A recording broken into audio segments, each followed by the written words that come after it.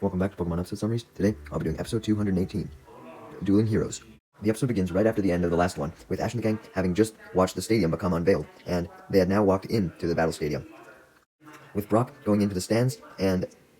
Ash and Misty joining all of the other competitors in the center of the stadium, since all of the water that had previously flooded the stadium was now gone. Suddenly, a woman then commanded all of the competitors to get inside little wooden boats that had been placed around the stadium to honor water Pokemon by doing so. So, all the competitors obliged and hopped in the little boats.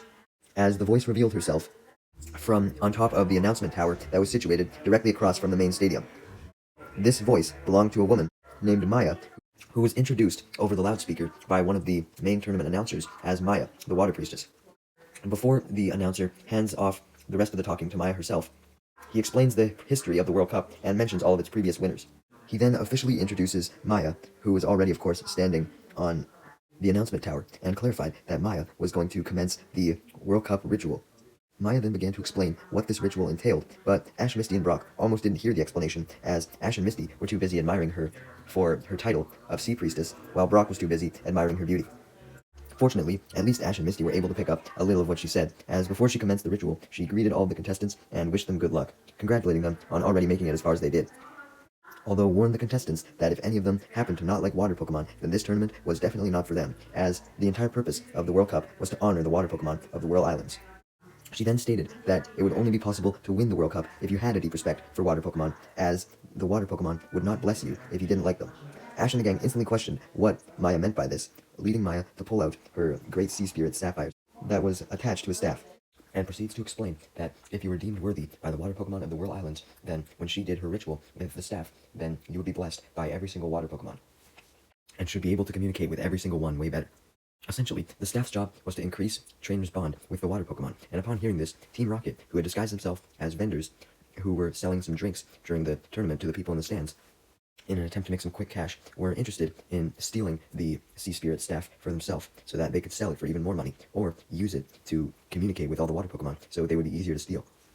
Although before Team Rocket run off and try and steal the Sea Spirit staff, they realized that they should still try and make as much money as they can by simply selling some drinks, so they essentially forced people in the crowd to buy some drinks against their will. While Team Rocket was doing this, Maya then pointed her Great Sea Spirit staff toward the sun and commenced the blessing ritual, which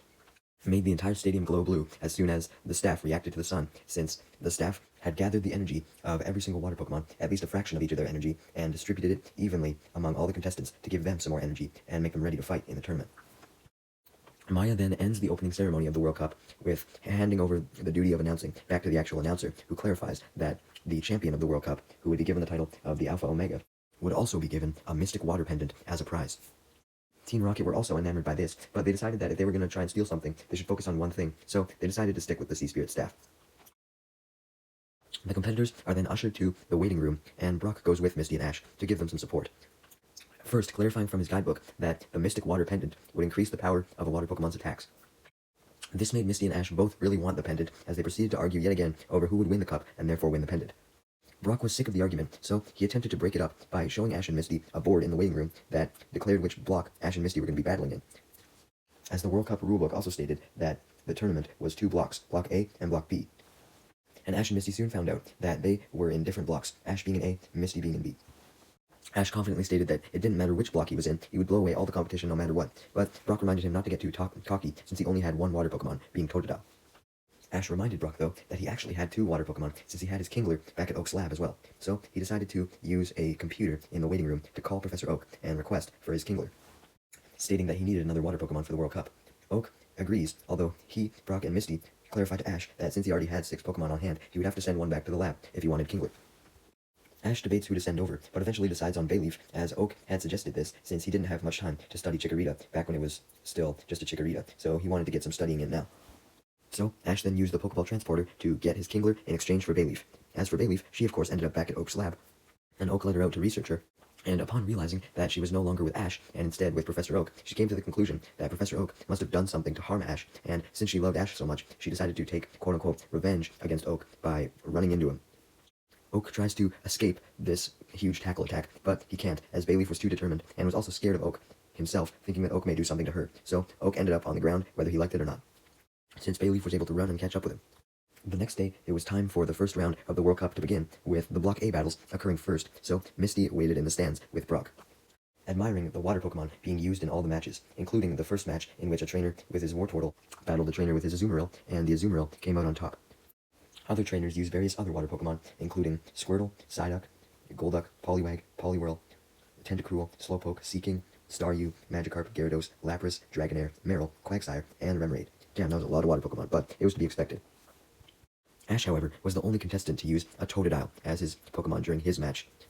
Though before the match began, Misty taunted Ash that there was no way that he would be able to win, leading Ash to argue back. However, Brock managed to stop the argument as Ash's first opponent came out, being a boy who was a fisherman named Christopher. Christopher then pulls out his fishing rod that had a lure ball attached to it, and he throws his fishing rod into the water, casting it out, thereby sending out his first Pokemon, and the only Pokemon that he could use for this battle, a Kingdra, which Ash had never seen before, so he used his Pokedex to find out that it was the newly discovered evolved form of Seadra, who was already the evolved form of Horsey. Ash was immediately excited at the fact that he was facing a fully evolved Pokemon, though Brock was concerned in the stands, as Totodile was obviously a first-stage Pokemon, so had a disadvantage. He stated that Totodile would also have a disadvantage, since Kingdra was a water and dragon type, which would therefore make Totodile's water attacks basically useless. Misty reminded Brock that Totodile could do good on both land and water, as opposed to Kingdra, who needed the water, but Brock stated that that really didn't matter, as Kingdra could just fire its attacks at the land anyways, and added that they didn't know what its attacks would be, unlike Totodile, who had more standard attacks. The battle then begins as Ash decides to have his Totodile jump in the water so it could try and sneak up to the Kingdra. However, now seeing that Totodile was in the water, Kingdra used this to its advantage, as it used a twister to create a whirlpool, which Totodile then got sucked into, being launched up into the air. Christopher then ordered his Kingdra to stop the twister, which caused Totodile to obviously fall out of it, plummeting down to the ground. To make matters worse, as Totodile was falling down, Kingdra went for a water gun attack. However, Totodile, using its agile movements, was able to dodge the water gun and flip itself onto its feet, landing on one of the platforms instead of in the water. Christopher decides that if he was going to take out the Totodile, he would need the most powerful water attack, Hydro Pump. However, Totodile simply dodges the Hydro Pump by using its swift movements yet again, as it literally walks on the Hydro Pump as it was getting fired, and manages to walk up close enough to the Kingdra to headbutt or skull bash it. However, before Totodile could use either of these attacks, Kingdra takes the opportunity to escape into the water, leading Totodile to follow. Kingdra then uses a smokescreen in the water to block Totodile's vision, forcing Totodile to have to jump out of the water onto one of the platforms so it could see again. However, when it emerges from the water, it couldn't see Kingdra, since Kingdra was likely still under the water. While this was going on, Team Rocket was still selling the people in the stands some drinks, and James and Meowth had since brought out some food to sell, and this made Jessie angry, as although she was initially fine with waiting to steal the Sea Spirit staff, she only planned to do it until they ran out of drinks. But now, James and Meowth had brought out food as well, and she demanded that they should instead be focusing on stealing the Sea Spirit staff. Annoying her even more, Meowth and James then pass on all of the food and drink selling to Jessie, as they become too busy watching Ash's battle, interested in it, with Meowth telling Jessie how it looked like Ash was actually having a hard time for once. Although Jessie wanted to punch James and Meowth for this, she decided to just serve all the people in the stands so that she wouldn't upset any of them and risk blowing her cover, revealing herself as a Team Rocket member. Anyways, back to the battle. Christopher was getting impatient because he expected Ash to instantly dive back in the water with his Totodile so that Kingdra could then catch Totodile off guard, but Ash knew that this was likely what Christopher wanted to do, so he ordered his Totodile to stay up and wait for the Kingdra to have to come to him first. Totodile, as well as the audience, becomes bored as Totodile literally yawns. Ash informs Totodile of his plan though, and tells it that if it was bored, it should just do something to pass the time, and this leads Totodile to dance. And when Ash sees this dance, it puts him in a good mood, as he was really thinking about what Kingdra's next move would be, and he needed to just relax, and this dance allowed him to do that. As for Christopher, he was extremely annoyed that Ash wasn't doing as he expected, so he decided to concede to Ash, as he ordered his Kingdra to come up out of the water and use Hydro Pump. However, Totodile stops the Hydro Pump by biting on Kingdra's snout, which stops the water from releasing, and as a result, all the water pressure builds up inside of Kingdra, causing him to become extremely bloated. Totodile then quits biting, meaning that all the water released, deflating the Kingdra, who then, much like a deflated balloon, flew around the stadium, crashing down hard into the water before surfacing, becoming knocked out, meaning that Christopher lost and Ash had won, much to Christopher's dismay as his glasses fall off his head.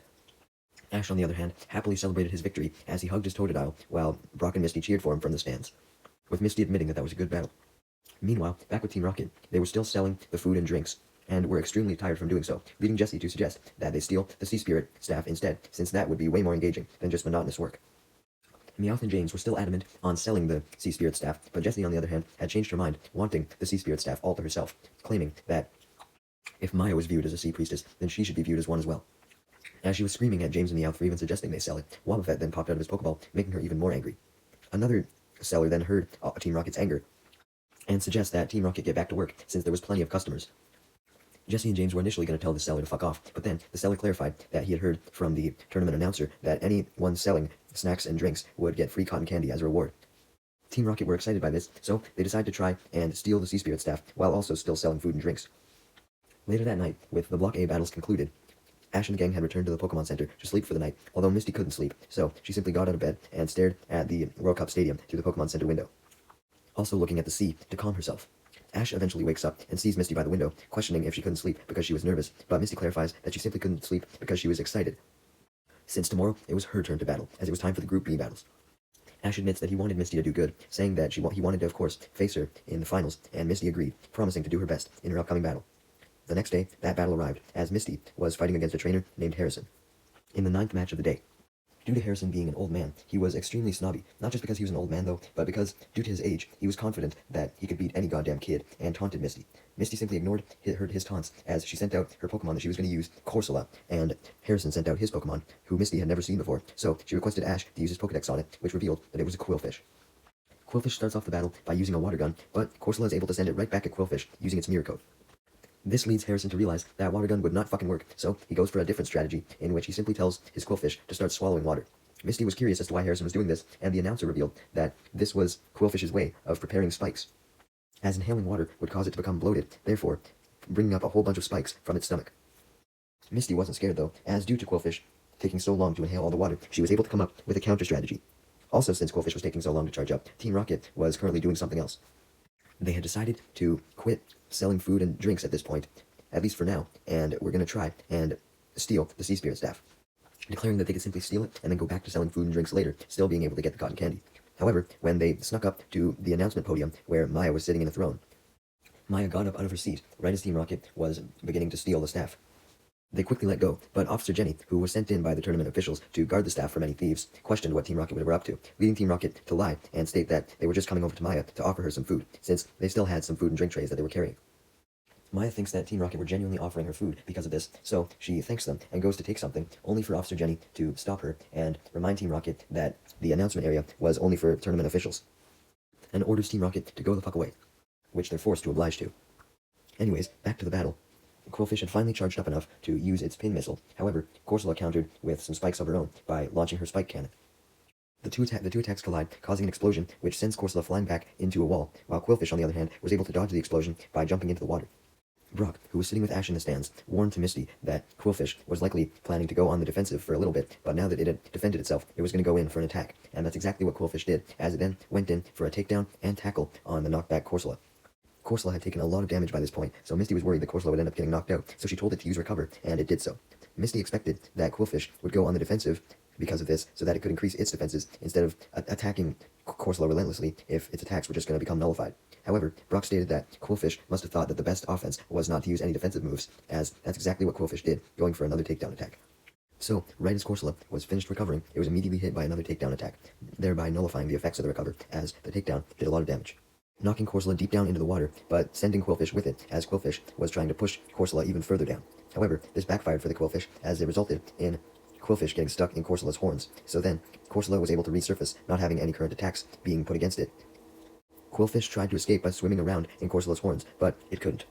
So, Misty took the opportunity to have Corsola launch a spike cannon from its horns, and since Quillfish was attached to the horns, the attack was so close range that it sent Quillfish flying up into the air, extremely injured, and it eventually fainted midair and crashed down into the water, meaning that it had lost and Misty had won the battle. Misty congratulates her Corsola on the win, as Corsola jumps up and down in the water, super happy. Corsola then jumps up by Misty, who does a victory pose. For Ash and Brock in the stands, Ash remarked how that battle was extremely close, and he probably would have done things differently. However, Brock countered that Ash probably would have used the exact same strategy that Misty had, as it was an out-of-the-box strategy, and it also resulted with Misty pulling off a win in a Deus Ex Machina moment, which Ash was known for, which he always liked to use, leading Ash to realize that Brock was right. Meanwhile, as for Team Rocket, they had been thrown out of the announcement area by Officer Jenny, which disappointed Meowth and James, since they knew that they couldn't steal the staff anymore, but they cheered themselves up by declaring that they were simply just going to continue to sell food and drinks and earn that cotton candy. However, Jesse was still determined to steal it, and tried to come up with another plan, but more competitors then came up to them and requested food, distracting her. Later, Brock, Ash, and Misty returned to the Pokemon Center, where the second round matchups were going to be unveiled, as Ash and Misty congratulated each other on winning their battles,